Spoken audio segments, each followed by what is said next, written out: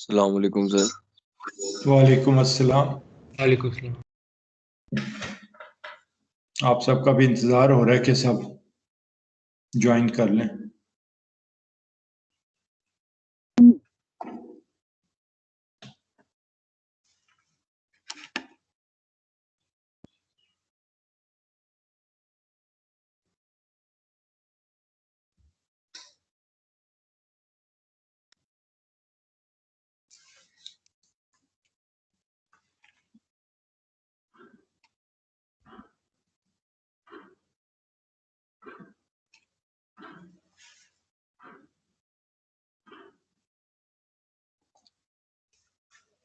Do you have any question?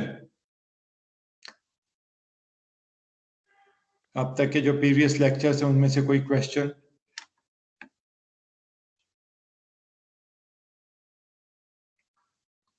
कोई question नहीं?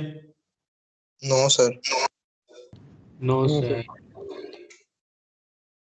चलें फिर अब ये बताएं, अब तक आपने जो लेक्चर अटेंड किया उसमें व्हाट इज FEM? FEM का मतलब क्या है FEM? Finite element methods. Finite element method नहीं, करता क्या, ये कहाँ यूज होता है, क्या चीज? ये तो नाम हो गया ना FEM। सर एक मेथड है किसी भी चीज पे सर इट कुछ इज अ फाइंड न्यूमेरिकल करने, जैसे स्ट्रेसेस हैं। किसी भी चीज पे सो थ्रू इंटरपोलेशन आप किसी भी चीज का वो फिगर आउट कर सकते हैं वैल्यूज इन स्मॉलर रीजंस। ये किसी भी चीज से मुराद क्या चीज? सर रीजन एक होगा सिलेक्टेड। किसी रीजन को क्या कर सकते हैं? सर आप पानी फेंक सकते हैं उसमें? सर आप इंजीनियरिंग और मैथमेटिकल मॉडलिंग के लिए डिफरेंशियल इक्वेशंस को सॉल्व करके हम मैथमेटिकल मॉडलिंग के लिए करते हैं आप इसे? सर अप्रोक्सीमेट सॉल्यूशन देते हैं जी, अप्रोक्सीमेट सॉल्यूशन देता है सर ये। अप्रोक्सीमेट सोल्यूशन किस चीज का?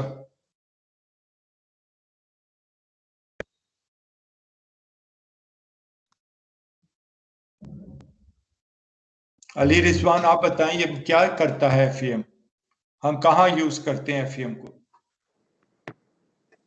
Sir mathematical modelling and simulations के अंदर हम इस मेथड को इस्तेमाल करते हैं। वो अब अगर मैथमेटिकल मॉडलिंग के लिए करते हैं या मैथमेटिकल मॉडलिंग से जो इक्वेशन डेवलप हुई है उसको सॉल्व करने के लिए? इक्वेशन से बनी है उनको सॉल्व करने के लिए इस्तेमाल करते तो मैथमेटिकल मॉडलिंग में तो नहीं आता ना ये फिर? हैं। यस सर, वो फ्रेजिंग में गलती की, जी, तो फ्रेजिंग में गलती की है, वो मतलब यही था। तो इस चीज का खास ख्याल रखोगे। Now you are becoming an engineer, तो जो टर्म जो वर्ब यूज करें उसको ये खास कर रखें। फरियाब आलम आप बताइएगा इसमें कितने मेथड्स हैं?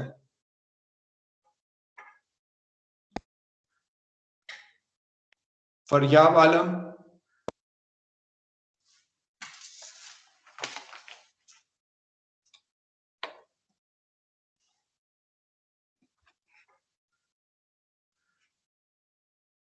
जी उन्होंने, फरियाब आलम बताएं एफईएम में कितने मेथड है?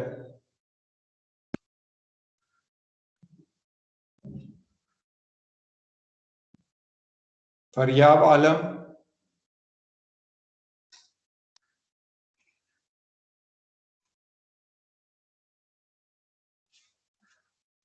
वहाज नासिर आप बताएं।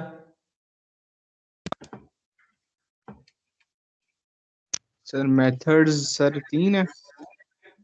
कौन कौन से? सर वो मुझे अभी सही तरह याद नहीं। सर स्टेप्स याद हैं, वो बता दें। जी स्टेप्स बता दें। सर स्टेप्स में सबसे पहले हम ड्राइंग बनाते हैं जिसकी हमें चाहिए होती है, उसके बाद हम मेश करते हैं उसको, स्मॉल पार्ट्स में डिवाइड नहीं करते ये हैं स्टेप्स कोई नहीं है, ये कोई स्टेप्स नहीं है। सर आपका ड्राइंग क्वेश्चन बनाना कहाँ से स्टेप में है?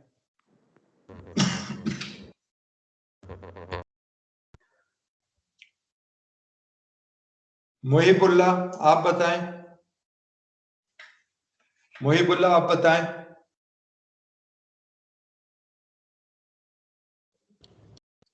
Excuse me sir.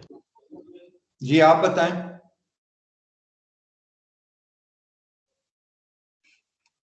मैंने क्या सवाल किया आप जरा बताएंगे? Methods of FEM. जी कौन कौन से हैं? तो दो डायरेक्ट ड्राइव करने के लिए यूज होते हैं। मुझे बताएं एफईएम के मेथड्स कौन कौन से हैं? सर दो डायरेक्ट डायरेक्ट मेथड्स हैं, मेथड, एक है वेरिएशनल फोर्स मेथड। फ्लेक्सिबिलिटी वाला और एक कौन डिस्प्लेसमेंट। बात कर रहा है? सिर्फ मैंने मुहिबुल्ला से कहा था।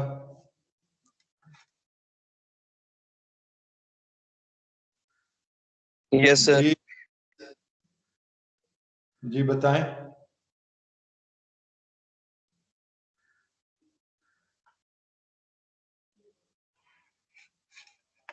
बताएं मेथड्स कौन कौन से हैं? असदुल्ला आप बताएं। Sir force and displacement. ये एफईएम का मेथड है। सर ड्राइव मेथड्स बताने जो आपने लिखवाया था, डायरेक्ट मेथड, वेरिएशनल मेथड जी ये असल मेथड है ना।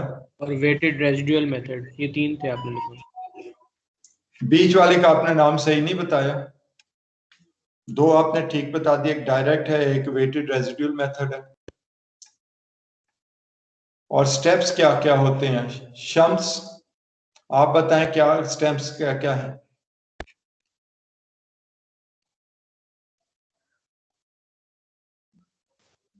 सर डिस्क्रिटाइज करना, एलिमेंट की टाइप सेलेक्ट करते हैं, फर्स्ट स्टेप होता है ये। जी डिस्प्लेसमेंट फंक्शन हम डिफाइन करते हैं।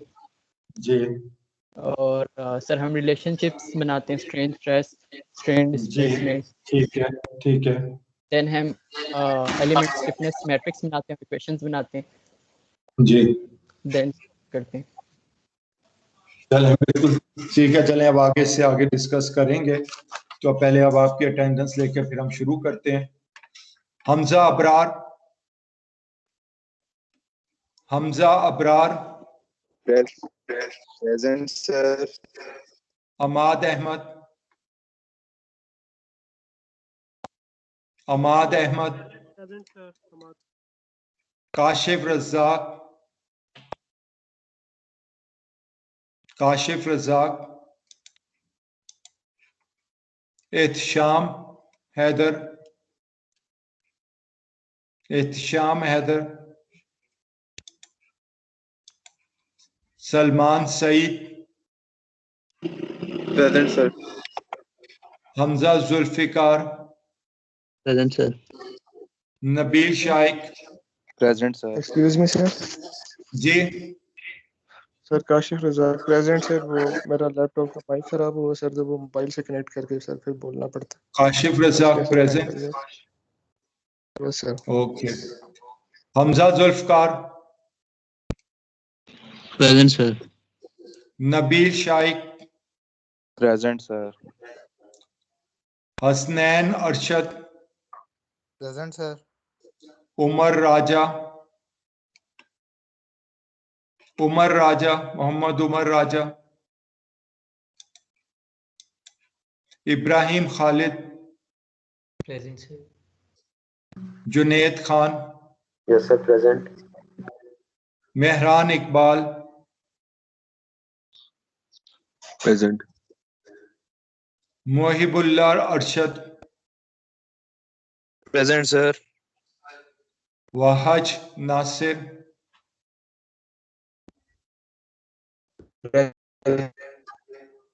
फरियाब Alam, present sir. Wajid Mohammad Wajid, present sir. Zahid Hussain, present sir.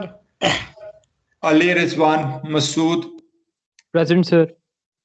Rana Mohammad Tehseen, present sir. Malik Basit, present sir. Mashal Ahmad, present sir. Abdullah Khan,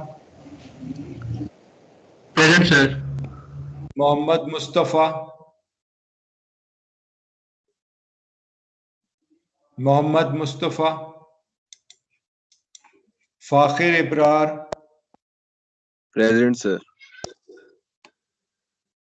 Zuhair Ahmad, present sir. Maria Nawaz, present sir. Malika Javed, present sir.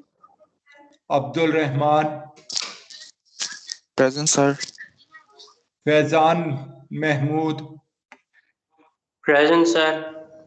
Hassan Zia, present sir.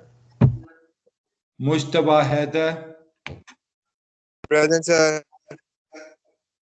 Sher Khan. Present sir. आपको शीर खान कहते हैं, किस तरह पढ़ते हैं? सर शेर खान सर। शेर ई से लिखा हुआ है ना यहाँ पे? Yes sir. यही स्पेलिंग है आपके? Yes sir. और शेर खान पढ़ते हैं? Yes sir. Usama Ali, present sir. Asadullah Numan, present. Shams, present. Saad, present. Usman Khalid, present sir. Farhan Badar, present sir. Bilawal Khan, present sir. Ali Arshad,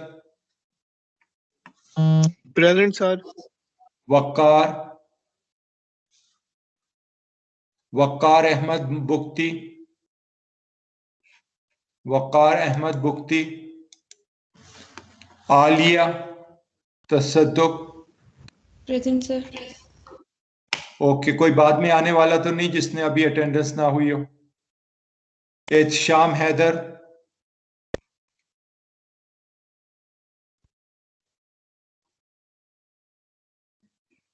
Mohammad Mustafa,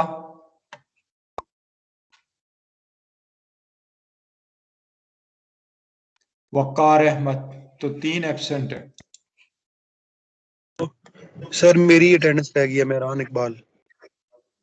Mehran Iqbal, कौन सा नंबर है? 033। 0 033 सर 033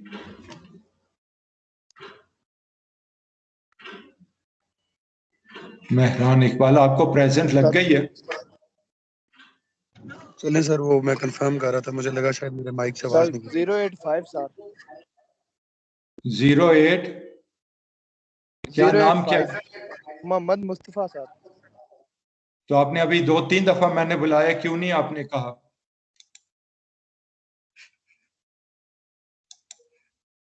सर नेट मसला कर रहा है। तो अब 2 एब्सेंट हैं, इत्तिशाम हैदर और उमर राजा, और तीसरा वकार भट्टी, 3 एब्सेंट हैं। ओके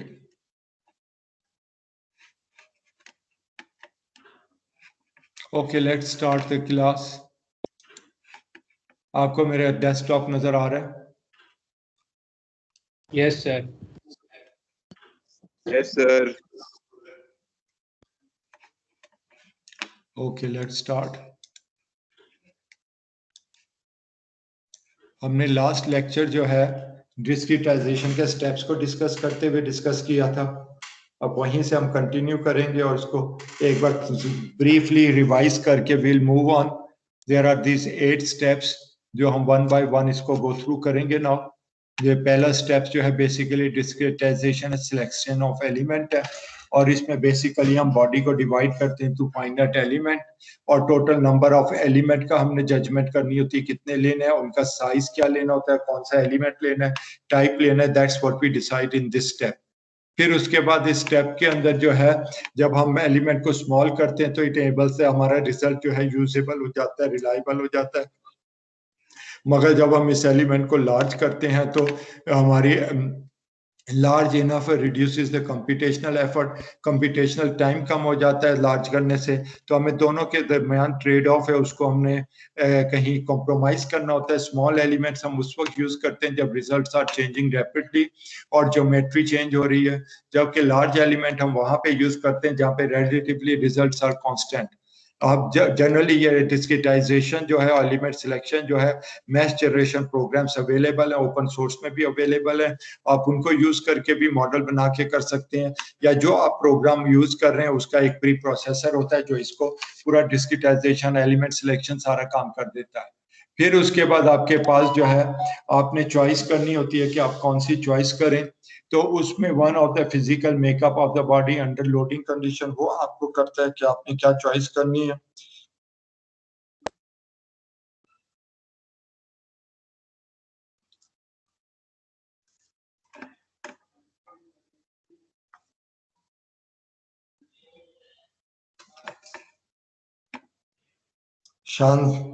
शानजाल अभी हुए नहीं नेट पे, इनका क्या नंबर है? कह रहे हैं मुझे इनवाइट कर लें। BME 30।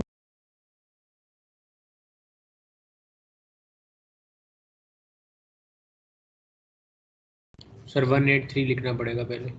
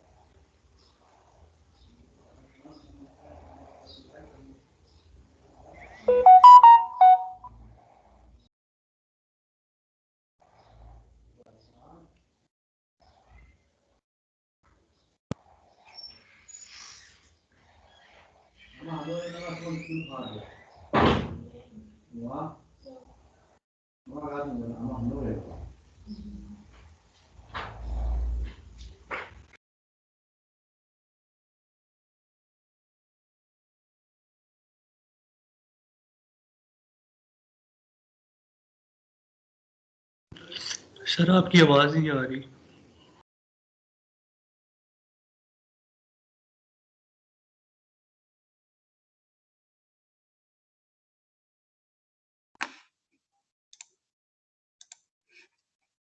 माइक तो मेरा ऑन है, आवाज आ रही है मेरी या नहीं? अब आ रही है सर। ओके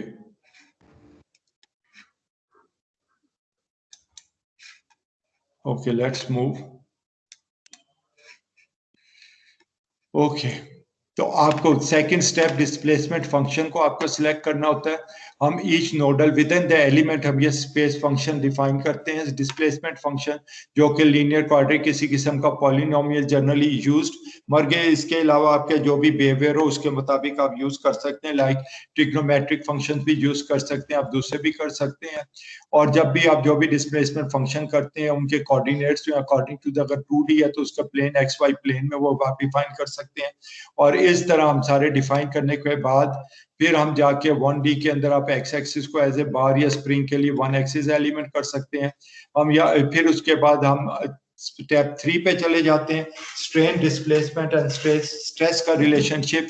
हुक्स लॉ जो है ये हमारा कंजर्वेटिव कॉन्स्टिट्यूटिव इक्वेशन जो है उसकी बेस पे हम ये इक्वेशन डेवलप करते हैं। और यहाँ पे ये स्ट्रेन का और स्ट्रेस का इक्वेशन आ गया, हुक्स लॉ आ गई और सिंपल डिस्प्लेसमेंट का कॉन्स्टिट्यूटिव इक्वेशन आ गई। उसके बाद हम चौथे पे चले जाते हैं, जो कि मैंने आपसे मेथड पूछे थे to generate the stiffness matrix. चौथे स्टेप पे हम ये जनरेट द स्टिफनेस मैट्रिक्स, हम स्टिफनेस मैट्रिक्स को प्रोड्यूस करते हैं। और स्टिफनेस मैट्रिक्स के बनाने के कई तरीके हैं। एक डायरेक्ट इक्विलिब्रियम मेथड है जिसमें यूजिंग फोर्स इक्विलिब्रियम, हर नोड के ऊपर इक्विलिब्रियम को फोर्सेस को यूज करके हम वहां पे करते हैं। और वो उसकी बेस पे फिर यहाँ पे एक वर्क एनर्जी की बेस पे 3 मेथड है, एनर्जी बेस या वर्क मेथड है। उसमें वर्चुअल वर्क है जिसमें डिस्प्लेसमेंट वर्चुअल देते हैं, फिर इन पोटेंशियल एनर्जी को मिनिमाइज करते हैं या कैस्टिग्लियान थ्योरम। और तीसरा मेथड जो है, तीनों मेथड से जो भी आप तरीका अडॉप्ट करेंगे ultimately you will have the same equation for linear elastic materials, same equation develop होगी स्टिफनेस मैट्रिक्स की। और फिर उसके बाद एक फंक्शनल मेथड होता है। फंक्शन में जो है वो फंक्शन का जो है वो अपना आगे फंक्शनल एक और फंक्शन का फंक्शन होता है, उसकी बेस पे आप डेवलप कर लेते हैं, तो फंक्शनल्स की बेस पे। फिर उसके बाद तीसरा मेथड वेटेड रेजिड्यूल मेथड है। वेटेड रेजिड्यूल मेथड में हमने जैसे पहले एक्सप्लेन किया था, हम रेजिड्यूल को लेके उसको मिनिमाइज करते हैं। और Galerkin method is one of the famous method जो इसमें यूज होता है, जो हम आगे जाके पढ़ेंगे आगे चैप्टर 3 और उसमें चैप्टर 13 में और चैप्टर 4 में हम इसको भी डिटेल में ग्लेरकिन मेथड्स को स्टडी करेंगे। और अब फिर आ जाता है derivation of the displacement equation. In methods को यूज करते हुए हम जब इक्वेशन को डेवलप करते हैं तो इस लोकल एलिमेंट के ऊपर एलिमेंट बेस पे हम इसको करते हैं। ईच एलिमेंट के लिए हम इक्वेशन डेवलप करते हैं और तमाम एलिमेंट्स जो चूंकि सिमिलर टाइप होते हैं तो उसमें सेम सिमिलर स्टिफनेस मैट्रिक्स आती है, which is the nodal values. जो डिस्प्लेसमेंट है उसको नोडल वैल्यूज पे और नोडल फोर्स जो अप्लाई हो रही है उसके बिटवीन जो रिलेशनशिप आता है उसे हम स्टिफनेस मैट्रिक्स कहते हैं। और फिर अल्टीमेटली इस मैट्रिक्स को कंपैटिबिलिटी बेस पे, कंटिन्यूटी और कंपैटिबिलिटी पे हम इन इक्वेशन को असेंबल करते हैं, ग्लोबल मैट्रिक्स बनाते हैं, जो अभी हम स्प्रिंग की 2 स्प्रिंग असेंबलीज के अंदर इसको पूरा डिटेल में अभी आज के लेक्चर में आपको एक्सप्लेन करेंगे। और ग्लोबल मैट्रिक्स जो है वो हमारी, फिर आपको ऐसे बताया था कि ग्लोबल मैट्रिक्स हमेशा कैपिटल में होती है और लोकल मैट्रिक्स जो है स्मॉल लेटर्स में होती है। This is the final shape of the global matrix जो हम इसको डेवलप करते हैं। और इस ग्लोबल मैट्रिक्स को जो है आगे फिर जाके उसकी जो स्टिफनेस मैट्रिक्स का इन्वर्स करके फंक्शन के साथ मल्टीप्लाई करके we solve this equation and ultimately हमारे पास सॉल्यूशन आ जाता है। और इसको हमारे पास जो डिस्प्लेसमेंट है, these are our primary displacement, जिसको हम कैलकुलेट करते हैं। उसको कैलकुलेट करने के बाद जो हमारे कॉन्स्टिट्यूटिव इक्वेशंस हमने यूज किए हैं उसको यूज करते हुए सॉल्व करने के बाद हम स्ट्रेसेस और स्ट्रेन और बाकी वैल्यूज जो है उनको कैलकुलेट करते हैं। और फिर उसका ग्राफिकल रिप्रेजेंटेशन और टेबुलर फॉर्म में जिस तरह भी हम उसको लेके उसके रिजल्ट को इंटरप्रेट करते हैं एंड वेरीफाई कि हमारे पोस्ट प्रोसेसर कहलाता है जिसके अंदर हम इंटरप्रेट करते हैं रिजल्ट को और द प्रो प्रोसेसर। और ये सारे 8 स्टेप्स हैं जिसके थ्रू करते हैं। अभी आपको हम जब अभी प्रॉब्लम सॉल्व करेंगे स्प्रिंग्स की तो उसमें डिटेल में इस सारी चीज को हम देख लेंगे कि कैसे सॉल्व करते हैं। जो फाइनाइट एलिमेंट मेथड है उसकी एप्लीकेशन बहुत वास्ट है। स्ट्रक्चर के अंदर भी स्ट्रेस एनालिसिस हो गया, इंक्लूडिंग फ्रेम एनालिसिस, ट्रसेस की एनालिसिस, ब्रिजेस की analysis, towers, wind mills towers and stress concentration problems typically hole के, फिलेट्स के, अदर चेंज ऑफ ज्योमेट्री के, ऑटोमोटिव पार्ट्स की, प्रेशर वेसल्स की, medical devices, aircraft, sports equipment, हर तरह के केसेस की, buckling of the column and the frames और वेसल्स की buckling, vibration, impact problems including crashes of the vehicle, projectile, body falling, ये structures के अंदर और non structures के अंदर heat transfer problems, fluid flow problems, electromagnetic problem, bioengineering की problems और large vast of area you can apply this method to any of the area जिसमें आप use करना चाहें। FEM के generally advantages क्या है? What are the advantages of FEM? FEM has been applied to numerous problems, both structural and non-structure. इसका क्या model irregular shape bodies quite easily handle कर सकते हैं। किसी किस्म की रेगुलर शेप है जो एनालिटिकली हैंडल करनी मुश्किल है, वी कैन हैंडल दैट, उसको हम मॉडल आराम से कर सकते हैं। उसमें general load condition without any difficulty, any type of loading condition को अप्लाई कर सकते हैं। बॉडीज की कंपोज ऑफ सेवरल मटेरियल होता है, analytically it becomes very difficult to cater for all the materials. यहाँ पे बहुत इजीली हर टाइप ऑफ मटेरियल को आप कैटर कर सकते हैं। Unlimited number and kinds of boundary condition जितनी मर्जी लगा लें, एनालिटिकली जब बाउंड्री कंडीशन ज्यादा हो जाए तो उसको हैंडल करना बहुत मुश्किल हो जाता है।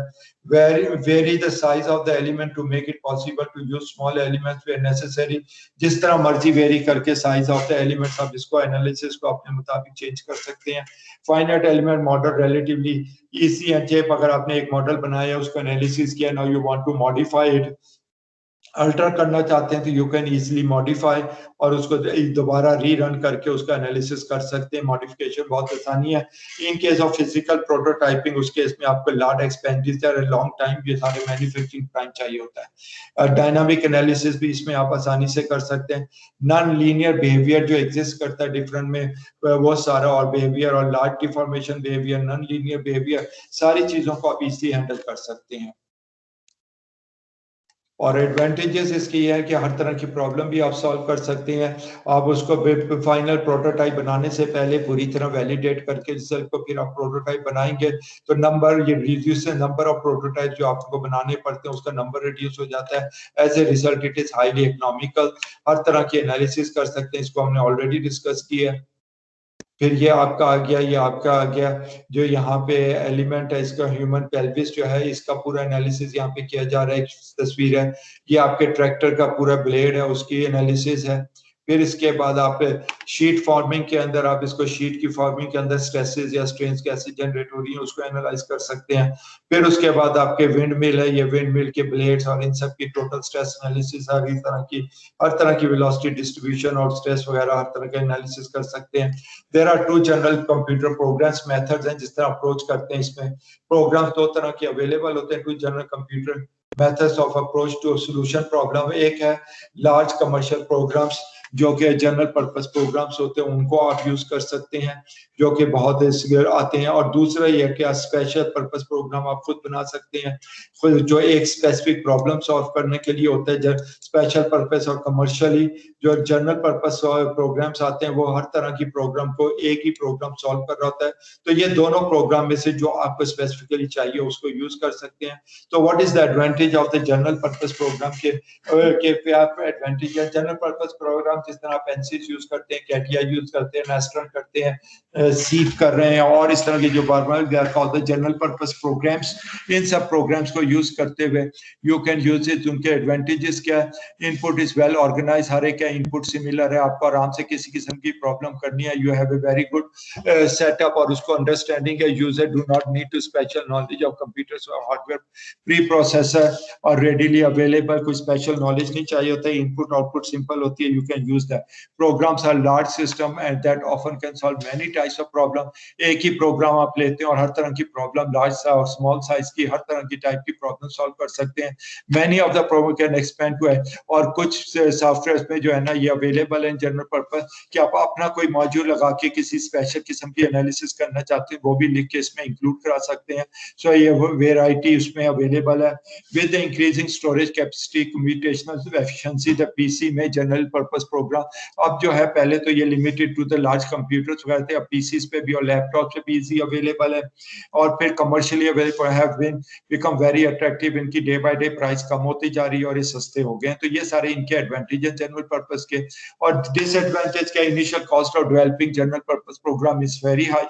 Initially जब आप first time general purpose program बनाते हैं इट इज वेरी एक्सपेंसिव, आपको बहुत ज्यादा खर्चा करना पड़ता है. General purpose program less efficient, इनकी एफिशिएंसी कम होती है, ये रिमेंबर रहिएगा, इसकी एफिशिएंसी कम होती है. इट इज लेस एफिशिएंट, और इस लेस एफिशिएंट की वजह से आपको रिजल्ट इतना रिलायबल नहीं होता, but still you have a very good result. Many of the programs are priority, इसके आपको सोर्स कोड आपके पास अवेलेबल नहीं है, आपको पीछे आपको ये नहीं पता इन्होंने कौन से assumptions और कौन से मेथड से प्रॉब्लम एक्चुअली किस तरीके से उसे सॉल्व किया. एज ए रिजल्ट आपके उस पे कुछ नहीं कर सकते. If a revision must be made is often made by the developer.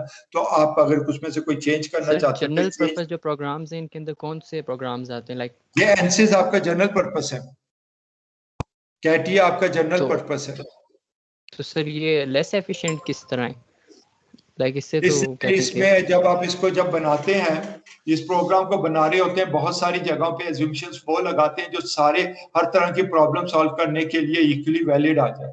और जनरल पर्पस बनाते वक्त वो उसको उसमें assumptions कुछ लगा देते हैं, कुछ लिमिटेशंस उसमें डाल देते हैं ताकि आपका प्रोग्राम रनिंग जो है फास्ट हो जाए. उसको सिंप्लीफाई करते हैं मेथड्स को. मगर जो अभी स्पेशल पर्पस हो जाता है, आपका स्पेशल गवर्निंग इक्वेशन होता है, अगर बेशक उसकी लार्ज नंबर ऑफ कैलकुलेशन भी है, चूंकि उसने एक स्पेसिफिक प्रॉब्लम सॉल्व करनी है तो उसको बहुत डिटेल में जाके आप उसकी लार्ज कंप्यूटेशन टाइम भी देके अपने, मगर उसने एक छोटा सा प्रोग्राम है, उसने छोटी सी रनिंग करनी है तो जल्दी आपका रन हो जाएगा. जनरल पर्पस एक्टिविटी नहीं करेगा, इसलिए वो ज्यादा एफिशिएंट होता है. It is always compare to the special purpose program. वैसे इसकी एफिशिएंसी अच्छी होती है, मगर when compare to the special purpose program उसके रेफरेंस से ये लेस एफिशिएंट होता है. सर स्पेशल पर्पस जो प्रोग्राम्स है वो कुछ लाइक कॉमन है या वो स्पेसिफिक कुछ वो भी आते हैं? कुछ जो बड़ी इंडस्ट्रीज हैं वो अपने स्पेशल पर्पस प्रोग्राम खुद डेवलप करती हैं.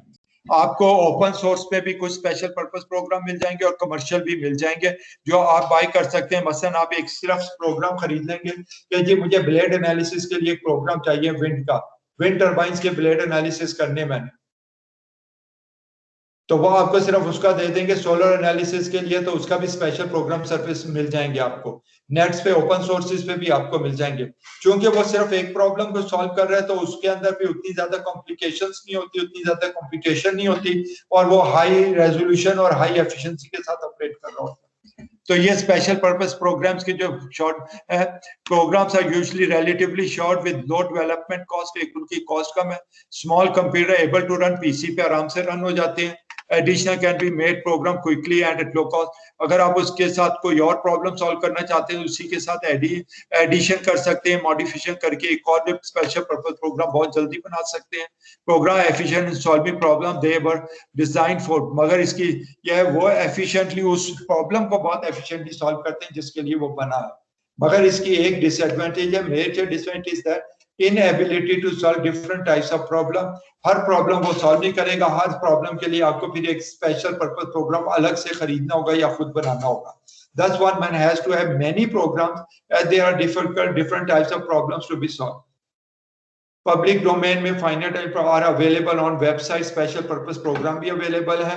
वेबसाइट पे लोगों ने different बनाए हुए, प्री प्रोसेसर्स भी बनाए हुए, पोस्ट प्रोसेसर्स भी बनाए हुए, सॉल्वर्स भी बनाए हुए. और जो अवेलेबल हैं ये जनरल पर्पस प्रोग्राम्स, ये यहाँ पे एक लिस्ट डाल दी है. एलिस डायना हो गया, नास्ट्रॉन हो गया, स्टार डाइन हो गया, ऑटोडेस्क सिमुलेशन, मल्टी फिजिक्स आ गया, बेकस आ गया, कॉस्मोस एम आ गया, ये बेस्कस, एनसिस, कॉस्मोस एम, एलिस डायना, ये सारे मैंने काफी यूज किए हुए. तो अब computer programs for the finite element पढ़ता है, उसकी कैपेबिलिटी आर मैनी गुड, उसके कुछ है एलिमेंट टाइप अवेलेबल, हर तरह के एलिमेंट टाइप अवेलेबल होते हैं इनमें जो जनरल पर्पस प्रोग्राम्स होते हैं। Type of analysis available, static करना, डायनामिक करना, मटेरियल, हर तरह के material like linear, elastic, non linear analysis कर सकते हैं। लोड टाइप भी आप डिफरेंट डिफाइन कर सकते हैं, कॉन्सेंट्रेटेड से distributed, thermal, displacement, data generation such as automatic generation of nodes, element, ये सारी फैसिलिटी अवेलेबल होती है प्रोग्राम्स में। Plotting of the output results को प्लॉटिंग, ग्राफ प्लॉटिंग और टेम्परेचर सारा, displacement behaviour such as small and large displacement and buckling का अलग सेपरेट डिस्प्लेसमेंट बिहेवियर भी आ जाता है। तो ये सारी चीजें, और अल्टीमेटली ये प्रोग्राम अभी जैसे बताया हर तरह की प्रॉब्लम स्ट्रक्चर के अंदर ही bar, beam, plane, stress, plate, bending, 3 dimensions, solid या solid elements and so on, हर तरह की एनालिसिस आप इसमें कर सकते हैं। इस पूरे कोर्स के बाद अब तक जो आपने पढ़ा है इसमें से जो चीजें आपको आनी चाहिए, these are the things you should remember. इन सब चीजों का आपको पता होना है। Define the term finite element हम किस तरह डिफाइन करते हैं, क्या what does we mean by discretization, in what year did the modern development of FEM शुरू हुई, what year was the direct stiffness method, जो direct method है कब develop हुआ, term matrix किस चीज को कहते हैं, matrix क्या है, what role did computer play in the finite element method के अंदर उसका क्या रोल है, list the briefly described general steps, ये जो हमने जनरल स्टेप्स किए, what is the displacement method, displacement method क्या है, 4 common types of finite elements ये बता दें, name 3 commonly used methods for driving the element stiffness method जो common methods हैं, what does the term degree of freedom जो हमने अब तक बार-बार यूज किया उस degree of freedom का क्या मतलब है, 5 typical areas of engineering application जहाँ पे FEM यूज होता है, list 5 advantages of finite, ये सारी बातें आपको अब तक आनी चाहिए जितना हमने अब 2.5 लेक्चर्स में पढ़ा है, ये सारी बातें आनी चाहिए। और इस तरह हमारा चैप्टर 1 कंप्लीट हो गया। Now we are moving towards chapter 2। ठीक है, we are moving towards chapter 2।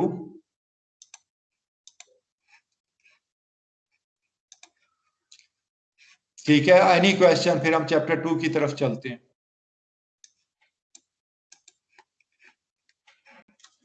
कोई क्वेश्चन नहीं। अब हम stiffness, displacement matrix direct method के थ्रू उसको डेवलप कर रहे हैं।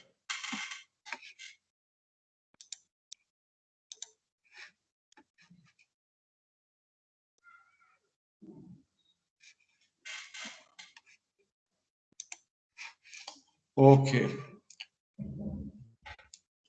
हमारा अब जो है स्टिफनेस मैट्रिक, जी बताइए क्या कहना चाहते हैं? सर, जिस तरह फाइनाइट एलिमेंट एनालिसिस हम कई दफा टर्बुलेंट फ्लो का करते हैं, तो सर उसकी तो इक्वेशंस कंप्लीट ही नहीं है टर्बुलेंस की, और वो अनप्रेडिक्टेबल फ्लो है, तो उसको किस तरह विजुअलाइज करते हैं या इंटरपोलेट करते हैं? बेटा अभी भी उसकी मैथमेटिकल मॉडलिंग तो काफी हद तक हुई है ना। उन मैथमेटिकल मॉडलिंग के इक्वेशन जो है उनको यूज करते हुए उसको सिमुलेट करते हैं। सर वो कहते नहीं नेवियर-स्टोक्स इक्वेशन अनकंप्लीट है टर्बुलेंस की, वो तो फिर सारी चीजें आप अनकंप्लीट कह देंगे तो कोई भी आप नेवियर-स्टोक्स को यूज करके जिस हद तक वो एनालिसिस देता है वो उस हद तक तो आप सॉल्व करेंगे ना। जो नॉलेज प्रेजेंट अवेलेबल है उस नॉलेज की बेस पे वो सॉल्व करेगा ना। बाकी जितनी न्यू डेवलपमेंट्स होके जो उसमें चेंजेस आती जा रही है, नए वर्जन्स जब आते हैं वो फिर नई चीजों को इंक्लूड कर लेते हैं जो नई डेवलपमेंट्स होती है उसको अंडरस्टैंडिंग में।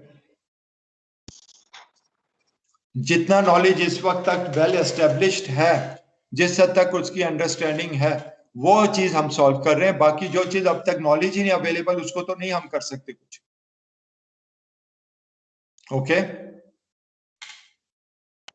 Yes sir. ओके, हम स्टिफनेस मैट्रिक्स को डिफाइन करेंगे और उसके स्टिफनेस मैट्रिक्स को स्प्रिंग एलिमेंट के लिए अब ड्राइव करेंगे और उसके थ्रू हम बताएंगे कि स्टिफनेस मैट्रिक्स जो है ग्लोबल मैट्रिक्स स्टिफनेस कैसे बनाते हैं लोकल स्टिफनेस मैट्रिक्स से। फिर concept of direct stiffness method क्या है और उसे ग्लोबल और स्प्रिंग असेंबलेज मैट्रिक्स कैसे बनाते हैं। फिर different kinds of boundary condition relevant to the spring assemblage, उस पर डिफरेंट बाउंड्री कंडीशन कैसे लगाते हैं, और इस तरह हम उसको पोटेंशियल एनर्जी का भी बाद में इसमें बताएंगे। फिर इंट्रोडक्शन जो है हमारी डायरेक्ट स्टिफनेस मेथड को हम यूज कर रहे हैं। Linear spring is considered as it's provides.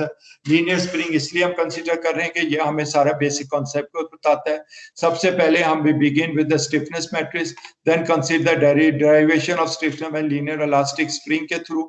फिर हम उसके बाद ग्लोबल असेंबली और फिर ग्लोबल एसएम के बाद उसमें ऑब्टेनिंग है सुपर इम्पोजिंग मेथड के थ्रू, ग्लोबल मैपिंग दो मेथड के थ्रू इस तरह ग्लोबल मैट्रिक्स बनाते हैं, उसको हम डिस्कस करेंगे। फिर डायरेक्ट स्टिफनेस मेथड इसलिए कहते हैं कि डायरेक्टली इसको बनाते हैं। फिर उसके बाद हम इलिस्ट्रेट करेंगे होमोजेनियस नॉन होमोजेनियस प्रॉब्लम कैसे बाउंड्री कंडीशन की सॉल्व होती है, एक complete solution according to nodal displacement और उनके रिएक्शन से कैसे आएगा। फिर then introduce the minimum principle potential को हम इंट्रोड्यूस करेंगे और फिर उसके थ्रू फैक्टर को सब्सिक्वेंटली सॉल्व करेंगे। लीनियर स्प्रिंग हम कहते हैं किसी, this is the linear spring, एक जगह से ये स्प्रिंग फिक्स है और उसकी यहाँ तक उसका एक्सपेंड हुआ है in the direction of axis, the axis direction of axis है स्प्रिंग की। यहाँ पे जब हम फोर्स अप्लाई करते हैं तो इसकी डिस्प्लेसमेंट डी जनरेट होती है और ये डिस्प्लेसमेंट वर्सेस एफ का अगर प्लॉट बनाएं तो it is a linear, that why we call it a linear spring. और स्प्रिंग कांस्टेंट के जो है उसकी स्टिफनेस कांस्टेंट है, स्प्रिंग कांस्टेंट आता है और इस बिहेवियर को हम हुक्स लॉ कहते हैं। F equals to spring constant into the displacement. This is what we are going to involve, solve this using the FEM problem. यहाँ पे डेफिनेशन आ जाती है लोकल की एंड ग्लोबल की। भी define local and global. Local and global के अंदर जो है ये हमारी इक्वेशन है जिसको हम लोकल और ग्लोबल में डिफाइन कर रहे हैं, और इसको जब मैट्रिक्स फॉर्म में लिखेंगे तो F आ जाएगा कॉलम मैट्रिक्स। और रिमेंबर दैट जब हम स्मॉल लेटर के साथ F और K को लिखते हैं तो it is called the local, और F और K को जब कैपिटल के साथ लिखते हैं तो इट इज अ ग्लोबल। तो capital and small letter indicates between we are talking about the local और द कैपिटल। ये हमारा एलिमेंट है, इसके अंदर दो नोड्स हैं, this is one node and this is the second node and then single element. तो ये पहले नोड की भी डिस्प्लेसमेंट होगी, 2 की भी होगी, तो इसकी डिग्री ऑफ फ्रीडम जो है वो 2 हो गई। तो हमारे पास D1 एंड D2 आ जाएगा इधर। तो यहाँ पे भी एक फोर्स F1 एक्ट कर सकती है, यहाँ पे F2 एक्ट कर सकती है, तो फोर्सेस भी 2 हो जाएंगी। एज ए रिजल्ट फोर्स यहाँ पे जब 2 हो जाएंगी तो F1 F2 हो जाएगा। तो it is basically A matrix, और ये हमारी स्क्वायर मैट्रिक्स 2x2 की हो जाएगी फॉर अ स्प्रिंग एलिमेंट। और जब 2-3 स्प्रिंग एलिमेंट आपस में जुड़े होंगे तो उसको ग्लोबल एलिमेंट हम कहते हैं। पूरा ग्लोबल सिस्टम में हमारा 3 स्प्रिंग जुड़े हुए हैं और उसके लिए फिर हमारे ग्लोबल मैट्रिक्स है। क्योंकि ये 3 स्प्रिंग जुड़े हुए हैं और 3 में 2-2 डिस्प्लेसमेंट हो तो this will be a 6x6 की एक मैट्रिक्स यहाँ पे आ जाएगी।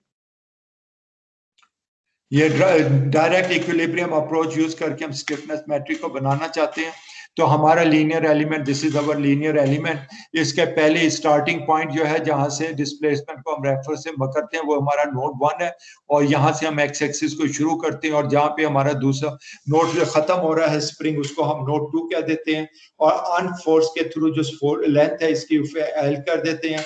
और इसमें जो पॉइंट 2 की डिस्प्लेसमेंट है वो U2 होगी, और पॉइंट 2 पे जो फोर्स अप्लाई कर रही है F2x होगी, because in the direction of x हम बात कर रहे हैं।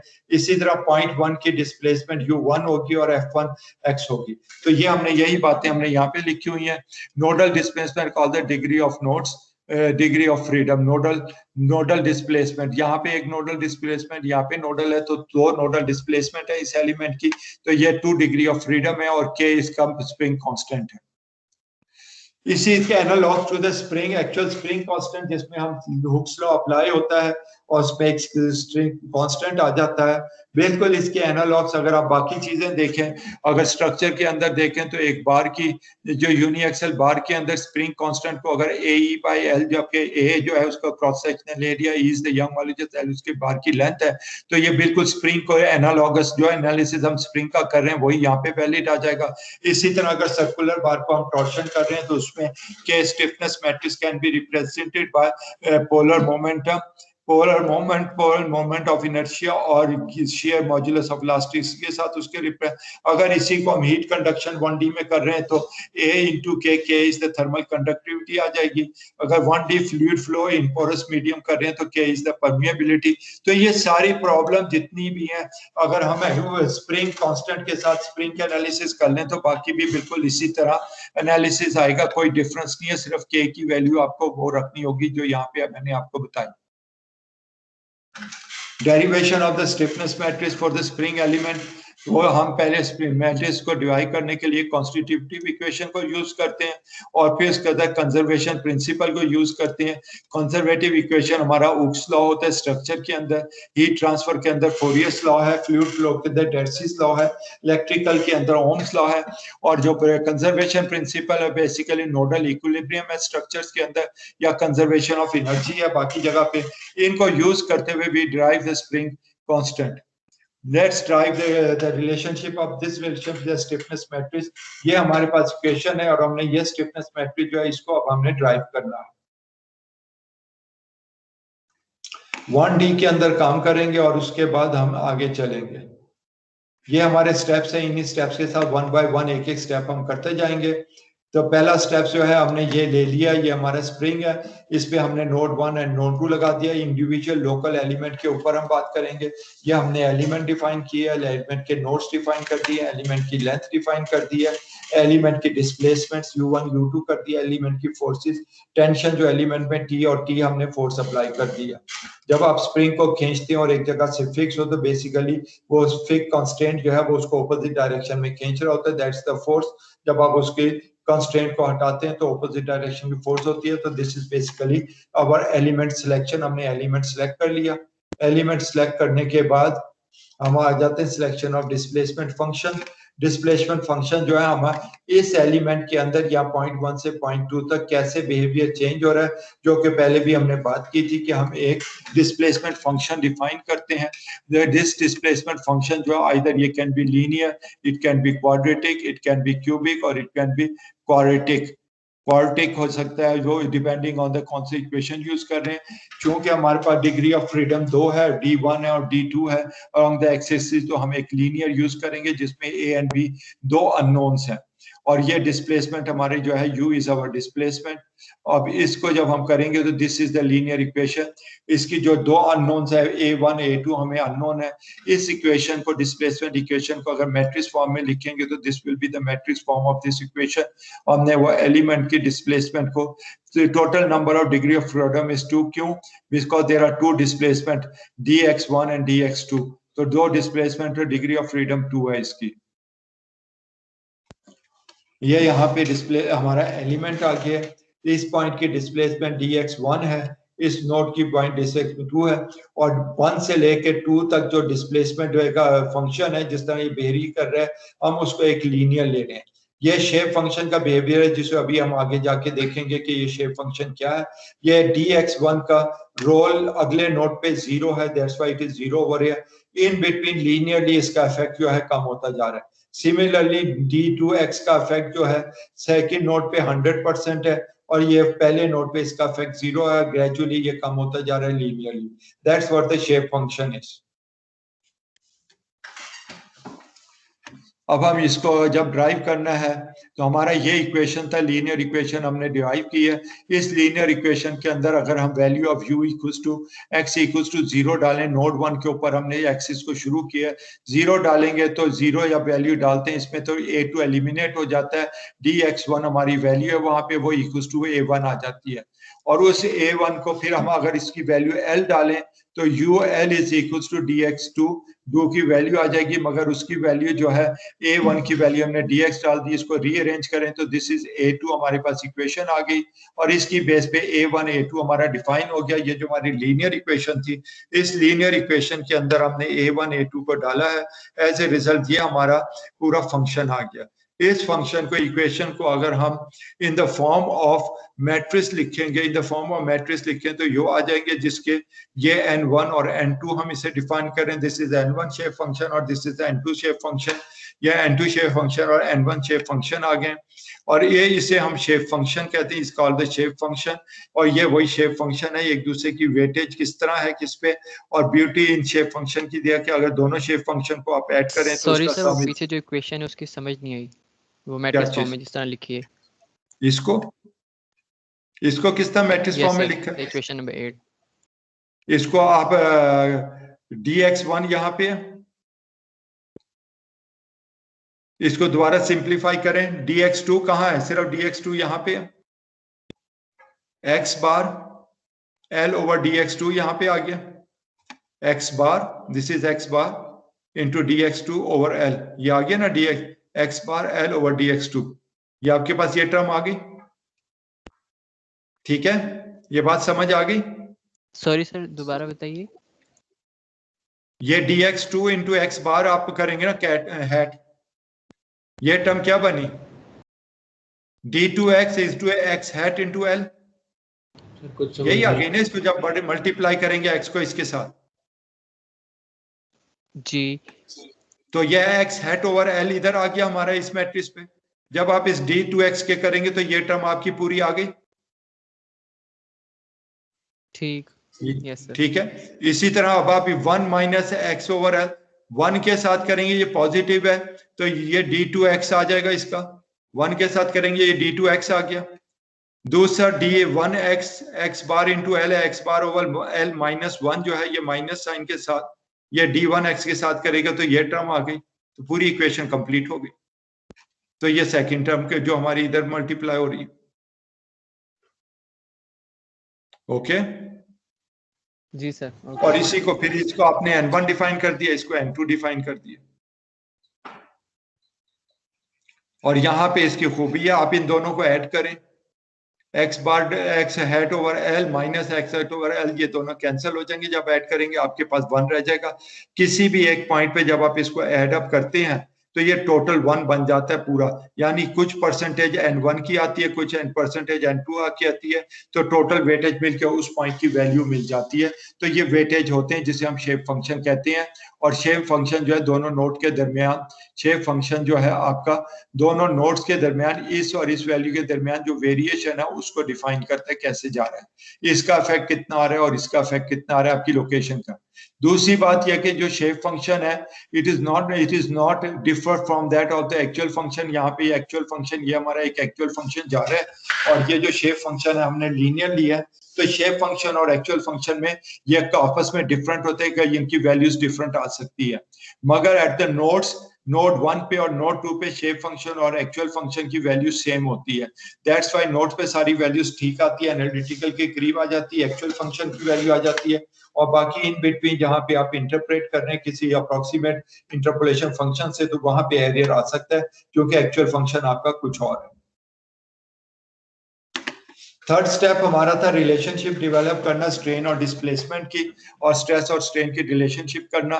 तो यहाँ पे जो है ये पॉइंट एक्चुअली फिक्स है, तो अगर ये पॉइंट यहाँ चले जाए और U2 यहाँ पे आगे U2 चले जाए तो U2 माइनस U1 का मतलब है कि टोटल इस स्प्रिंग के अंदर कितनी डिस्प्लेसमेंट आई। So that displacement delta is given by U2 minus U1 करेंगे तो that is the relative L के अंदर कितनी एलोंगेशन हुई, that's what given by the delta over here के total deformation of the spring, इसमें कितनी एलोंगेशन है, it is basically U2 minus U1 हो जाएगी। और इस U2 U1 को ऊपर K के साथ हम इसके स्प्रिंग कांस्टेंट के साथ टोटल डिस्प्लेसमेंट में करेंगे तो जो फोर्स T अब उसमें अप्लाई हो रही है, टेंशन जितनी आ रही है उस टेंशन के हिसाब से वो इक्वेशन बन जाएगी। So this is our basically the equation TK into U2 minus U1, ये हमारी इक्वेशन आ जाएगी। इस इक्वेशन के अंदर हमारे पास ये इक्वेशन है। दूसरा अगर आप इस पर देखें, ये हमारा एलिमेंट है, दिस इज द एलिमेंट। इस एलिमेंट के अंदर हमारे एलिमेंट का पॉइंट 1 पॉइंट 2 है। पॉइंट 1 की फोर्स जो है वो भी x डायरेक्शन में है, मगर हमारे जो एक्चुअल x फोर्स है वो t जो है इन द माइनस डायरेक्शन में है। तो F1x is equal to minus T, जबकि F2 जो है वो भी x डायरेक्शन में है, t is also x direction equal to t। और इस t की जगह अब आप fx माइनस fx1 और fx2 डालेंगे तो हमारी इक्वेशन जो है ये U2 माइनस U1 आ जाएगी, और ये भी हमारा जो इक्वल टू माइनस x है। इसको रीअरेंज अगर आप करेंगे माइनस वाली वैल्यू को तो U1 माइनस U2 आ जाएगा। जब 1 की बात करते हैं तो 1 से 2 माइनस है, जब 2 की बात करते हैं तो 2 से 1 माइनस है। ये हमारी इक्वेशन बन गई। You can represent this in the form of matrix, F1 Fx2 आ जाएगा, ये आ गया। यहाँ पे U1 U2 है, तो U1 U2 जब आप इसको करेंगे तो ये माइनस साइन के साथ आ जाता है। This is our stiffness matrix. तो हमने स्टिफनेस मैट्रिक को डायरेक्टली डेवलप कर लिया है। K minus K symmetry matrix है, it is a singular matrix, इसका डिटर्मिनेंट 0 है। तो हमारे पास ये मैट्रिक्स आ गई। डायरेक्ट मेथड से हमने मैट्रिक्स डेवलप कर ली। दिस स्टिफनेस में डायरेक्टली इट इज सिमेट्रिक। और इसमें 2/2 की हमेशा ये स्क्वायर मैट्रिक्स होती है, बिकॉज नंबर ऑफ नोड्स और number of forces, unknown forces और नोडल डिस्प्लेसमेंट दोनों सेम होते हैं, इसलिए ये स्क्वायर मैट्रिक्स होती है। इट इज सिंगुलर, डिटर्मिनेंट इसका K minus minus K square minus K square आके 0 आ जाता है। जब इस पे हम बाउंड्री कंडीशन लगाएंगे तो ये स्टिफनेस मैट्रिक्स 0 सिंगुलर नहीं रहेगी, and we have the solution of the problem. फिर हमने इसे असेंबलिश करनी है। असेंबलिश करने के लिए हमें इंडिविजुअल एलिमेंट्स को individual elements of the stiffness matrix जो है, लोकल मैट्रिक्स के इंडिविजुअल एलिमेंट्स को सबको उस नोड के ऊपर, ईच एलिमेंट्स के उस पे सारे ऊपर, ईच एलिमेंट्स के ऊपर सारे हम जमा कर लें तो वो उस पर्टिकुलर नोड की मैट्रिक्स बन जाती है। उसी तरह फोर्स वाली को आप जमा कर लें, सारे एलिमेंट्स जो नोड पे हैं तो उसको जमा हो जाती है। सो फाइनली हमारे पास ये आ जाती है जिसमें हम k को इन्वर्स करके f के साथ मल्टीप्लाई कर दें तो हमें नोडल डिस्प्लेसमेंट मिल जाएंगे and we have solve the problem. Solve करने के बाद फिर हम चले जाते हैं बाकी सब सब्स्टिट्यूट एलिमेंट्स की बाकी फोर्सेस को, इंडिविजुअल एलिमेंट, लोकल एलिमेंट की फोर्सेस भी कैलकुलेट कर सकते हैं, वहां से स्ट्रेन भी करके डिफॉर्मेशन भी करके तो हम लोकल स्ट्रेन्स एंड स्ट्रेसेस सारी कैलकुलेट कर सकते हैं। Ultimately you have to define the element. अब हम एग्जांपल पे जाते हैं। We are going to go through an example हम यह क्या, दो स्प्रिंग्स आपस में जुड़े हुए हैं, दो स्प्रिंग आपस में जुड़े हुए हैं globally, this is a global element, अच्छा एक्चुअल फिजिकल कंडीशन है जिसपे F1x, F2x, F3x तीन फोर्सेस अप्लाई हो रही हैं। पहले स्प्रिंग का स्प्रिंग कांस्टेंट K1 है, दूसरे का स्प्रिंग कांस्टेंट T2 है। इसके लिए हमने ग्लोबल मैट्रिक्स बनानी है, local stiffness matrix and global stiffness matrix we want to बना। ये तीनों फोर्सेस जो है पॉजिटिव x डायरेक्शन में अप्लाई हो रही है, एक्सिस की पॉजिटिव डायरेक्शन में ये सारी अप्लाई हो रही है, ठीक है। ये हमने इक्वेशन हो गया। सबसे पहले हम इस डिस्क्रिटाइजेशन इसकी करते हैं स्टेप 1। तो हम 1 और 2 पे एलिमेंट डिफाइन करते हैं ग्लोबल के अंदर, ये एक एलिमेंट है, और 2 से 3 हम दूसरा एलिमेंट डिफाइन करते हैं। पहले नोड के ऊपर जो डिस्प्लेसमेंट आएगी ग्लोबली D1x आएगी, दूसरे पे जो डिस्प्लेसमेंट आएगी ग्लोबली T2x आएगी, तीसरे पे जो आएगी वो D3x आएगी। फोर्सेस ग्लोबल की ऑलरेडी हमने डिफाइन कर दी है, उनके कांस्टेंट डिफाइन कर दिए। तो हमने discretization of this global system को हमने डिस्क्रिटाइज कर दिया इनटू 2 एलिमेंट्स एंड 3 नोड्स, और उसमें से अब हम एक एलिमेंट को अलग करेंगे, दूसरे को अलग करेंगे और उसको अलग अलग एनालाइज करेंगे। जब हम अलग अलग एनालाइज करेंगे तो एलिमेंट 2 के जब लोकली डिफाइन करेंगे तो ये ऑल द ग्लोबली ये 2 and 3 है, लोकली हमेशा ये 1 and 2 होगा, ये भी 1 and 2 होगा लोकली। तो हमने ये इसमें से एलिमेंट लेके, दिस इज हमारे लोकल एलिमेंट एनालाइज करने के लिए स्प्रिंग सिंगल एलिमेंट को जब लेते हैं, सिंगल एलिमेंट पे ये तो ग्लोबल फोर्स थी, यहाँ की हैट F1x और हैट D1x होगा, हैट F2x और हैट D2x होगा। यहाँ पे ये local nodal displacement and local nodal forces हैं, और स्प्रिंग कांस्टेंट उसका K हम ले रहे हैं जो कि यहाँ पे आके K1 इसके लिए होगा और इसके लिए K2 होगा, इन दोनों का। This is the elemental behaviour. जी जी सर समझ नहीं आ रही सर। क्या नहीं समझ आ रही? सर थोड़ा सा सर ये पीछे कर लें तो समझ नहीं आ रहा, काफी स्पीड में आप बढ़ा रहे हैं। तो आपको कंसंट्रेट करना है ना, आपको कंसंट्रेट करना है, आप इधर उधर ध्यान ना दें। सर इधर उधर नहीं दे रहे, लेकिन फिर भी सर काफी तेज बढ़ा रहे हैं, हम समझ नहीं आ रही। पीछे मैं अभी सारी ये बातें करके आया हूं ना। ये देखे ना, नोड 1 के ऊपर क्या होगा लोकल कोऑर्डिनेट के अंदर, स्मॉल F1x होगी फोर्स और स्मॉल D1x होगा लोकल कोऑर्डिनेट के अंदर, और नोड 2 पे भी होगा, चाहे ये आपका एलिमेंट ये वाला है ग्लोबल का, चाहे ये वाला है, उसके सिंबल तो उसके सारों के यही रहेंगे, ये सिंबल नहीं चेंज होंगे। L उसकी लेंथ होगी और K उसका होगा। और जब इसको आप यहाँ पे शो करते हैं 3D के अंदर, ये लोकल कोऑर्डिनेट आपका स्प्रिंग हवा में यूं पड़ा हुआ है, हमने उसके लोकल कोऑर्डिनेट XYZ डिफाइन कर दिया और ये ग्लोबल डिफाइंड है XYZ। यहाँ पे एलिमेंट पड़ा है, ये नोड 1 है, नोड 2 है, दूसरा एलिमेंट इसके आगे यहाँ पे पड़ा है हवा में जो 2 से 3 जा रहा है। तो ग्लोबल में जब हम जाएंगे तो ग्लोबल लोकल के रेफरेंस से, दिस इज द डिफरेंस, ये हेड वाली एक्सिस और ये global axis, this is called the local. तो लोकल के अंदर कोई एक एलिमेंट हो, ये उसकी टर्म्स हमने डिफाइन कर दी हैं। स्प्रिंग क्या है, स्प्रिंग की ये डिस्प्लेसमेंट है और ये उसका फंक्शन है जो हमने ऑलरेडी आज पहले बात की, और ये उसका स्प्रिंग कांस्टेंट है। यूनिट डिस्प्लेसमेंट के लिए जितनी फोर्स चाहिए दैट्स द स्प्रिंग कांस्टेंट। अब हम इसके अंदर पहले एलिमेंट जो है हमारा लोकल सिंगल एलिमेंट है, उसकी D1x डिस्प्लेसमेंट आ गई, दूसरे पॉइंट की जो है उसकी D2x डिस्प्लेसमेंट आ गई। तो अब बताएं ये L कितना चेंज हुआ, L हमारा कितना चेंज हुआ। जब ये पॉइंट इधर आ गया तो इस पॉइंट के अंदर से वो उसको माइनस कर देंगे, D2x लोकल में से D1x माइनस कर देंगे, तो बेसिकली L ये टोटल लेंथ आ जाएगी ना जो आफ्टर अप्लाइंग द फोर्स है। तो F2x से वो अप्लाई होगा, F1 को तो हम कंसीडर नहीं कर रहे क्योंकि ये हमारा स्ट्रेन हो गया। तो यहाँ पे ये फोर्स आएगी D2x minus dx1 will be equals to D2x। हमने D2x को जब माइनस कर दिया तो पहली फोर्स का इफेक्ट खत्म हो गया, तो दूसरी फोर्स के इफेक्ट से D2x माइनस dx1 जो है उसके अंदर ये भी शामिल है कि जब इसको खींचा था तो ये भी आगे आया था, तो ये उतना और भी आगे चले गया, तो दोनों का डिफरेंस जो है दैट इज डेल्टा डिस्प्लेसमेंट इसमें आई है। अगर हम इसको करते कि इफ इट वाज फिक्स, तो ये हमारी लोकल के अंदर this is the force F2x जिसने इसको यहाँ पे D2x माइनस D1x एलोंगेशन की है स्प्रिंग की, ये स्प्रिंग की एलोंगेशन। और हमारे पास इक्विलिब्रियम इक्वेशन क्या है, दोनों की एडिशन जो है शुड बी इक्वल टू 0।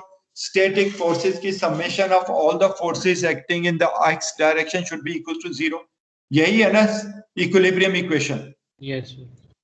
तो उस हिसाब से आपने 0 किया, तो इसका मतलब F1x जो है ये माइनस F2x हो गया। तो F2x की हमारे पास ये इक्वेशन है, तो ये माइनस साइन क्या आ गया। अब हमारे पास F1x भी इधर आ गया माइनस के D2x dx1, और F2x भी आ गया। जिस तरह अभी हमने पिछली इक्वेशन बनाई थी, तो ये हमारा मैट्रिक्स फॉर्म में हम इसे ये लिख सकते हैं। पहले हम मैट्रिक्स फॉर्म में स्क्वायर ब्रैकेट के तौर पे लिख रहे थे, यहाँ पे अंडरस्कोर के साथ लिख दिए ताकि सिंपली हो जाए। F1x एंड F2x हमारा लोड या फोर्स कॉलम आ गई, D1x और D2 जो है ये हमारे डिस्प्लेसमेंट कॉलम आ गए। अब अगर आप इस इक्वेशन को कन्वर्ट करें के D2x dx1, F2x किसके बराबर है, K into D2x minus K1 into D1x, तो यहाँ पे माइनस के आएगा, ये माइनस के आएगा, ये K और K आ जाएंगे। तो ये हमारी इन दो इक्वेशन से ये मैट्रिक्स बन गई। हमने स्टिफनेस मैट्रिक्स एक लोकल कोऑर्डिनेट एक सिंगल एलिमेंट के लिए स्टिफनेस एलिमेंट मैट्रिक्स को यहाँ पे बना लिया। This is our local. Any question? इन दोनों इक्वेशन को आप लिखें, D1 dx की फॉर्म में लिखेंगे तो ये ऊपर आ जाएगा, D1 इधर आ जाएगा, ये इधर चले जाएगा, तो एक माइनस प्लस साइन चेंज हो जाएगा और आपकी ये इक्वेशन बन जाती है। तो यहाँ पे ये सिमेट्री मैट्रिक्स है, K ट्रांसपोर्ट K के बराबर। आप देख लें ये सिमेट्री के about the radial diagonal minus x minus है, so it is a symmetry. Transport भी उसका वही आ रहा है। सिंगुलर है, डिटर्मिनेंट ले लें तो k square minus k square आ जाता है। डिटर्मिनेंट है इसलिए यहाँ पे इसके हम सॉल्व नहीं, इन्वर्स नहीं कर सकते जब तक इस पे बाउंड्री कंडीशन ना लगाएं, बाउंड्री कंडीशन लगाएं। और फिर उसके बाद इसकी सिंगुलैरिटी का ये भी है कि इसका कोई सोल्यूशन नहीं आता। अगर 1 और 2 में डिस्प्लेसमेंट देता हूं तो फिर भी F1 माइनस 2 और F2x 2 आता है, और अगर मैं 3 और 4 दूं इसमें तब भी यही आता है, यही रिजल्ट आता है। तो it is a totally singular, कोई इसका स्पेसिफिक यूनिक सोल्यूशन नहीं है, इसलिए हमें इस पे बाउंड्री कंडीशन लगाएंगे तभी इसका सोल्यूशन आएगा। अब 3 है, इसको हमने सॉल्व करना है। ये हमारा एक एलिमेंट है। Now we have to be describe the behaviour of the spring element, और उसका ये स्प्रिंग एलिमेंट है। वहां पे ये हमने तो पहले इक्वेशन केस के साथ बनाई थी ना, जब पहले एलिमेंट के साथ आप लिख रहे हैं तो ये K1 आ जाएगा, इसका कांस्टेंट K1 है, और इस मैट्रिक्स में K2 आ जाएगा, इसका स्प्रिंग कांस्टेंट K2 है। तो ओनली डिफरेंस ये जो हमने इधर इक्वेशन बनाई है,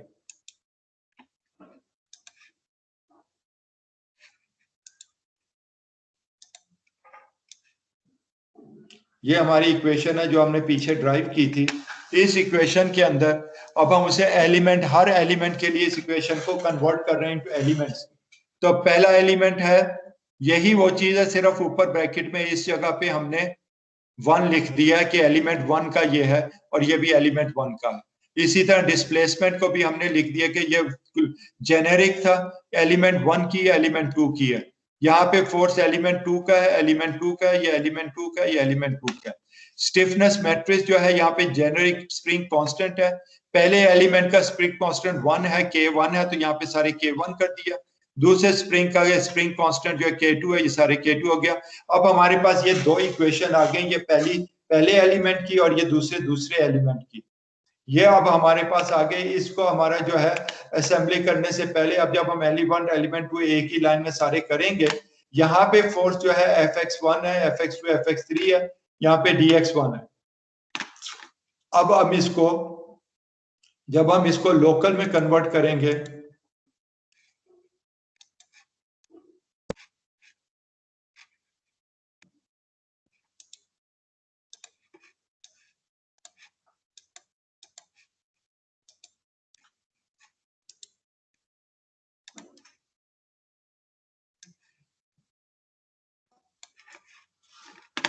यहाँ पे 1 के ऊपर क्या फोर्स अप्लाई हो रही है? 1 के ऊपर जो फोर्स अप्लाई हो रही है वो डिस्प्लेसमेंट है d1x है, और इस लोकल के अंदर जो हो रही है d पहले एलिमेंट का d1x है, तो d1x is equal to d1x of the first element. ठीक है, इसी तरह पीछे से मैं दूसरा भी ले आऊं अभी आपके पास।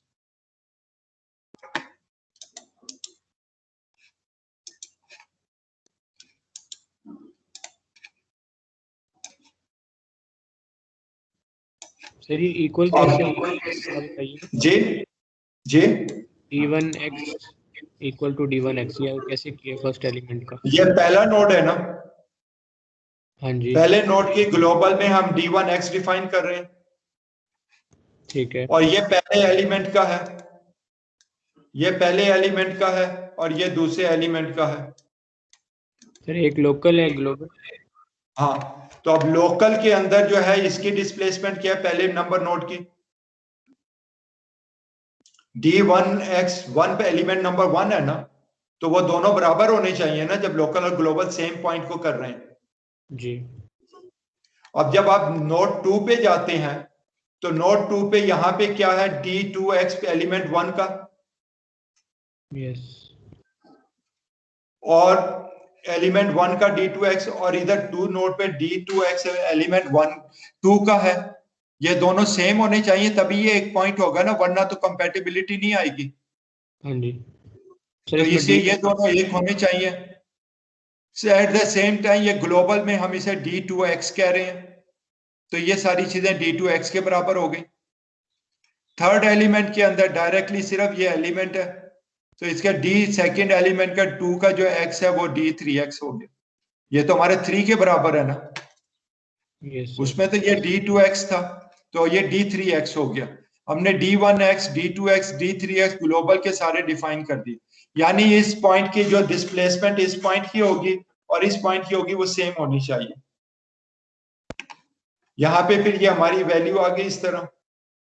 अब हम इसको जो है एक्सपेंड कर देते हैं कि यहाँ पे थर्ड वाला भी डाल देते हैं। बेशक अब थर्ड यहाँ पे नहीं है, मगर हम इसमें थर्ड भी डाल देते हैं तो उसकी बेसिकली फोर्स 0 है ना, वहां पे कोई इसका रोल नहीं है, तो ये रो और ये कॉलम सारी जीरोस हो जाएंगी। जब d3x के तरफ करेंगे तो हमारे पास ये इक्वेशन आ जाएगी। इसी तरह हम इसको एक्सपेंड करते हैं, यहाँ पे 1 नहीं है तो 1 के अंदर सारे जीरोस डाल दिए, तो ये हमारा पहले एलिमेंट का हो गया। तीनों एलिमेंट्स को कंसीडर करते हुए ये दूसरे का हो गया। सिर्फ यह है कि हमने यहाँ पे थर्ड वाला डिस्प्लेसमेंट भी डाल दी और थर्ड वाली फोर्स 0 कर दी, तो वो खुद ब खुद 0 हो गया।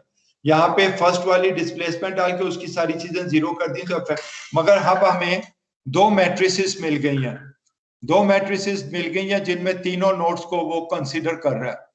तो तीनों नोड्स को जब कंसीडर कर रहा है तो पहले नोड पे हमारे पास क्या है, F1x फोर्स है और ग्लोबल में ये फोर्स है। ये हमारे पास F1x फोर्स यहाँ पे एक्शन एंड रिएक्शन और ये वहां पे है। तो F1x minus F1x equals to 0 हमने इक्विलिब्रियम यहाँ पे लाना है, तो 0 होना चाहिए। ये पॉइंट तो कहीं नहीं मूव कर रहा ना फोर्स अप्लाई करने के बाद, तो ये सारी इक्विलिब्रियम इक्वेशन हमने डाल दी। इसी तरह यहाँ पे भी इक्विलिब्रियम में क्या, F2x ऑपोजिट डायरेक्शन में, F3x पॉजिटिव डायरेक्शन में, इसका भी सम 0 होना चाहिए। दोनों पॉजिटिव सम 0 होना चाहिए। बीच में जो है हमारे पास F2 1 का x, F1 का पहले एलिमेंट और दूसरे एलिमेंट, पहले वाले एलिमेंट का 1x आ रहा है, दूसरे वाले एलिमेंट का 1x आ रहा है, पहले वाले का 2x आ रहा है। उन दोनों का F2 से माइनस करें तो फोर्स 0 होनी चाहिए। इस पॉइंट पे भी इक्विलिब्रियम। जब हम लोकल फोर्सेस को ग्लोबल की फोर्सेस के साथ बराबर करेंगे तो उस नोड के अंदर वैल्यू 0 आनी चाहिए। अगर हम उसका सम अप करें, डिफरेंस करें, तो वो 0 हमने कर दिया। ये इक्विलिब्रियम हर नोड पे कर दी है। जब हर नोड पे कर दी है तो अब हम हर नोड पे इसको अगर हम लोकल को जमा करें और उसको जमा करें तो यहाँ पे हमारे पास ये लोकल की इधर 0 थी, ये इधर था। अगर आप जमा करें तो सिर्फ पहले और दूसरे एलिमेंट की ये सम आ जाती है। तो फोर्स का वेक्टर अब हमारा चेंज हो गया, हमने सारे ऐड कर दिया। ये पहले वाले का F फोर्स जो रिक्वायर्ड थी, दूसरे वाले की जो फोर्स रिक्वायर्ड थी वो यहाँ पे ऐड हो गई। पहले में कोई और नहीं था एलिमेंट, दूसरे में भी कोई और नहीं था, तीसरे वाले पे भी। ये हमारे फोर्स वेक्टर बन गया एक्सपेंड करने के बाद। इसी तरह ये हमारा फोर्स वेक्टर यहाँ पे है, ये हमारी इक्वेशन है। तो हम जब इसको 2 वेक्टर्स को ऐड करते हैं तो बेसिकली दोनों मैट्रिसेस को ऐड करते हैं, जबकि डी कॉमन है तो we can have associative property इसकी हमने पढ़ी थी मैट्रिसेस के अंदर। एलिमेंट 1 और एलिमेंट 2 की मैट्रिसेस को ऐड कर दें तो हमारा ये ग्लोबल मैट्रिक्स बन जाएगा। So we are going to add now. हमने ये मैट्रिक्स का सेम साइज करने के लिए एक्सपेंड करके इसको 3/3 का किया था। इन दोनों को आप ऐड करें तो ये बिल्कुल हमारी मैट्रिक्स बन गई। सिमेट्रिक मैट्रिक्स है, 0 0 है, -k-k2 -k1 -k1, ये बिल्कुल वो मैट्रिक्स बन गई। डायगोनल के अबाउट इट इज सिमेट्री और इसका डिटरमिनेंट निकालें तो equals to 0, so it is a singular. अब इसमें हम बात, तो हमने ग्लोबल ये स्टिफनेस मैट्रिक्स बना ली है और इधर ग्लोबल हमने नोडल फोर्स वेक्टर बना लिया। ग्लोबल फोर्स वेक्टर हमारा बन गया और ग्लोबल स्टिफनेस मैट्रिक्स बन गई है। अब इस इक्वेशन में अगर हम सब्स्टिट्यूट करें, दिस इज हमारी ग्लोबल इक्वेशन है। आप इसको सॉल्व कर लें, आपकी सारी प्रॉब्लम सॉल्व हो जाएगी। We have solve the problem. अब इसको एक तरीका है सिंपल लीनियर इक्वेशन में कन्वर्ट करने का, इसको मल्टीप्लाई करें इसके साथ तो f1x का ये इक्वेशन आ जाएगी, इसको मल्टीप्लाई करें इसके साथ तो ये दूसरी इक्वेशन आ जाएगी, इसको मल्टीप्लाई से तो तीसरी। These are 3 equilibrium at 3 nodes जिसको हम सेटिस्फाई कर रहे हैं। ये इक्वेशन इक्विलिब्रियम लीनियर इक्वेशंस भी हमारी आ गई। This is the matrix. इसको आप इन्वर्स करना है, इससे पहले उसे आपने बाउंड्री कंडीशन लगानी। यहाँ पे ये इक्वेशन आ गई एट नोड 1, इसको हमने ये ऑलरेडी या पहले आपको करके दिखा दिया था। ये यहाँ पे हमने इसको कर दिया। तो यहाँ पे जो हमारी ये बाउंड्री कंडीशन है इसके साथ जो है f1x को कोरिलेट हो गया, f2x इक्वल्स टू इनका डिफरेंस सम है, उनके सम के साथ कोरिलेट हो गया फोर्स वेक्टर, और ये जो हमने किया था इसके साथ हो गया। तो हमारी वही इक्वेशन यहाँ पे भी आ जाती है उसी के साथ। अब हमने सिर्फ तीनों का sum equals to 0, it is a singular displacement. अब इस पे हम जब बाउंड्री कंडीशन लगाएंगे तो we can solve that. Direct assemblage method भी एक आता है कि उसमें किस तरह स्टिफनेस मैट्रिक्स आप बनाएंगे। तो ये दोनों एलिमेंट्स हैं, दोनों एलिमेंट्स को आप सेपरेट यहाँ पे लिख सकते हैं। यहाँ पे हम कनेक्टिविटी टेबल बनाते हैं। इसका एलिमेंट का नोड 1 जो है 1 है, नोड 2 जो है 2 है। ये लोकल नोड नंबर 1 एंड 2 है नोड, और these are the global number. Element 2 का जो पहला नोड है वो 2 है और सेकंड नोड जो है वो 3 है, उसको ग्लोबल नंबरिंग है। This is the local numbering और ये ग्लोबल नंबरिंग है। This is called the connectivity chart और कनेक्टिविटी टेबल, जो हमारा लोकल को ग्लोबल के साथ कोरिलेट करता है। और उसी में अब आपके यही मेथड है, उसी तरह D1 D2S ग्लोबल्स, और उसको आप जब ग्लोबल्स के साथ लेके मैट्रिक्स को जब कंबाइन करते हैं तो ये एक्सपेंडेड मेथड से इसके अंदर जो है 0 0 लगा के एक्सपेंडेड मैट्रिक्स बना के you can simply add up, तो वो दोनों एलिमेंट की ऐड अप हो जाती हैं। ये 2 और 3 है, ये 2 और 3 है, यहाँ पे आ जाएगा 2 3, उसके साथ लगा दें। लोकल और ग्लोबल का कनेक्टिविटी टेबल हमने इसमें यूज किया। इसका कनेक्टिविटी टेबल 1 एंड 2 था, इसका 1 एंड 2 था, इसका 2 एंड 3 था, इसका 2 एंड 3 था। वही यहाँ पे हमने लिखा है और उसको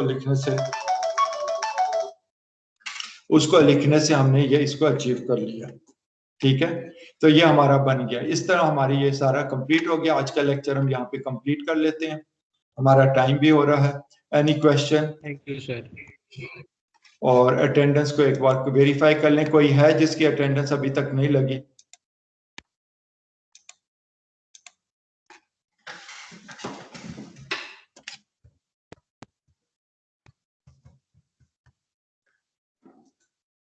कोई आप में से है जो बाद में आया हो?